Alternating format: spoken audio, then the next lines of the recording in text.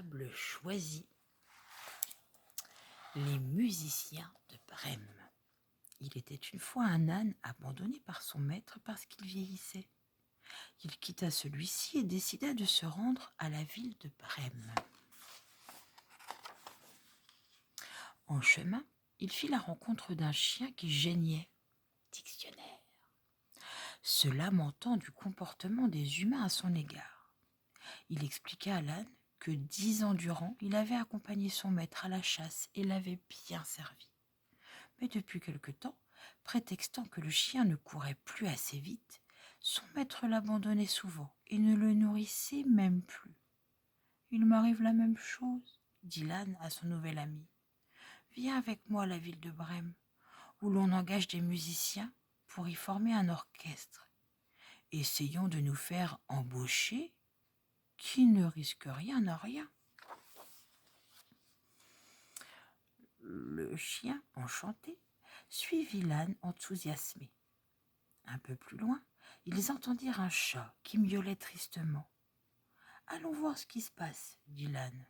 Et le chat leur raconta que, après de nombreuses années passées dans la maison de ses maîtres où il avait capturé toutes les souris, sa maîtresse le trouvait désormais trop vieux et le chassait sans autre forme de procès. « Je te propose de nous suivre, » dit l'âne.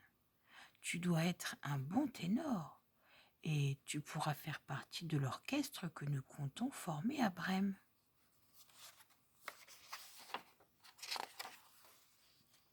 Les 3 compères s'en allèrent gaiement et, passant sur un pont, ils entendirent le chant attristé d'un coq.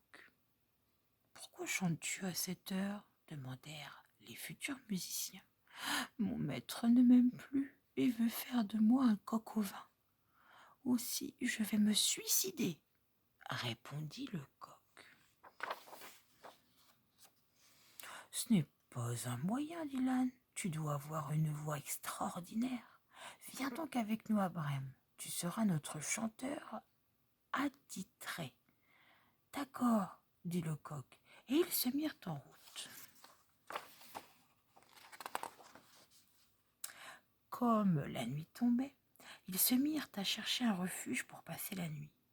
Ils aperçurent une maison, et le chat doucement s'en approcha. Il épia attentivement ce qu'il voyait à l'intérieur pour le raconter à ses amis. Il y avait dans la maison une grande table dressée comme pour un festin, dit le chat. Il y a de quoi vous couper le souffle, viande, poisson, fruits, gâteaux et j'en passe. Il y a aussi 4 individus qui se partagent un sac plein de pièces d'or, certainement le butin d'un vol. Je pense, dit l'âne, que ce festin, nous pourrions très bien en profiter. Le tout est d'effrayer ces lascars. Et les 4 amis se chevauchèrent l'un à l'autre et entamèrent une cacophonie dictionnaire, telle que l'on pouvait les entendre à 10 lieues à la ronde. On ne pouvait faire mieux comme chahut. Le résultat était effrayant, et les 4 bandits ne songèrent qu'à déguerpir au plus vite, et ils prirent leurs jambes à leur cou. Nos amis profitèrent de l'aubaine et se mirent à table sans plus attendre. Le lendemain, après s'être bien reposés, ils décidèrent en chœur de rester dans la maison où il faisait si bon vivre. Ils ne revirent jamais les bandits et ils vécurent très longtemps, très heureux d'être ensemble sans jamais avoir été à la ville de Brême. À bientôt mes petits abonnés et les autres. N'hésitez pas à mettre un pouce en l'air si cette vidéo vous a plu. Nous allons bientôt chercher 2 nouveaux mots dans le dictionnaire. À bientôt pour une prochaine vidéo. Bisous.